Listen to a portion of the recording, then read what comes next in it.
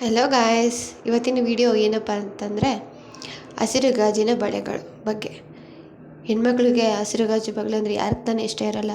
ಅದ್ರ ಶ್ರೇಷ್ಠವೇನು ಬನ್ನಿ ನೋಡೋಣ. ಯಾರೆಲ್ಲ ನನ್ನ ಚಾನಲ್ ಸಬ್ಸ್ಕ್ರೈಬ್ ಮಾಡಿಲ್ಲ ಪ್ಲೀಸ್ ಸಬ್ಸ್ಕ್ರೈಬ್ ಮಾಡಿ, ಕಮೆಂಟ್ ಮಾಡಿ. ಮದುವೆಯಾಗಿರುವ ಹೆಣ್ಣು ಮಗಳು ತಾಳಿ, ಕುಂಕುಮ, ಕಾಲುಂಗುರ, ಬಳೆ ಧರಿಸುವುದು ಬಹಳ ಮುಖ್ಯ. ಈ ಎಲ್ಲವೂ ಮುತ್ತೈದೆಯ ಸಂಕೇತ. ಗಾಜಿನ ಬಳೆ ಧರಿಸುವುದಕ್ಕೆ ತನ್ನದೇ ಆದ ಮಹತ್ವವಿದೆ. ಗಾಜಿನ ಬಳೆಗಳ ಮಹತ್ವ: ಮದುವೆಯಾದ ಹೆಣ್ಣು ಮಗಳು ಕೈಗೆ ಗಾಜಿನ ಬಳೆ ಧರಿಸಿದರೆ ಶುಭ ಎಂದು ಹೇಳಲಾಗುವುದು. ಕೈಗಳಿಗೆ ಬಳೆ ಧರಿಸದಿದ್ದರೆ ಋಣಾತ್ಮಕ ಶಕ್ತಿಯನ್ನು ಆಕರ್ಷಿಸುತ್ತದೆ. ಇದರಿಂದ ಗಂಡ ಮಕ್ಕಳಿಗೆ ತೊಂದರೆಯಾಗುವುದು ಎಂಬ ನಂಬಿಕೆ ಇದೆ. ಈ ಬಗೆಯ ನಂಬಿಕೆಗಳನ್ನು ಕೆಲವರು ಮೂಢನಂಬಿಕೆ ಎಂದು ಹೇಳುತ್ತಾರೆ. ಅದು ಅವರವರ ನಂಬಿಕೆಗೆ ಬಿಟ್ಟ ವಿಷಯವಾಗಿದೆ.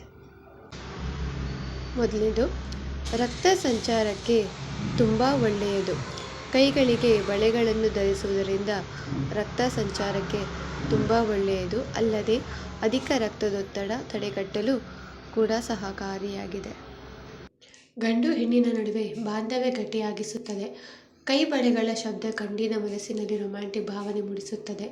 ಪತ್ನಿಯ ಕೈ ಬಳೆ ಶಬ್ದ ಅವನಲ್ಲಿ ಅವಳೆಡೆಗೆ ಆಸಕ್ತಿ ಹೆಚ್ಚುವಂತೆ ಮಾಡುತ್ತದೆ.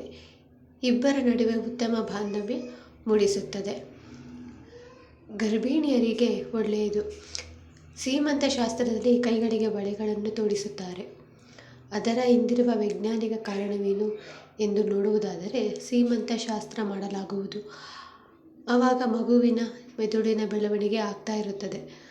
ಈ ಸಮಯದಲ್ಲಿ ತಾಯಿ ಧರಿಸಿದ ಕೈ ಬಳೆಯ ಶಬ್ದ ಮಗುವಿನ ಮೆದುಳಿನ ಬೆಳವಣಿಗೆಗೆ ಸಹಕಾರಿಯಾಗಿದೆ.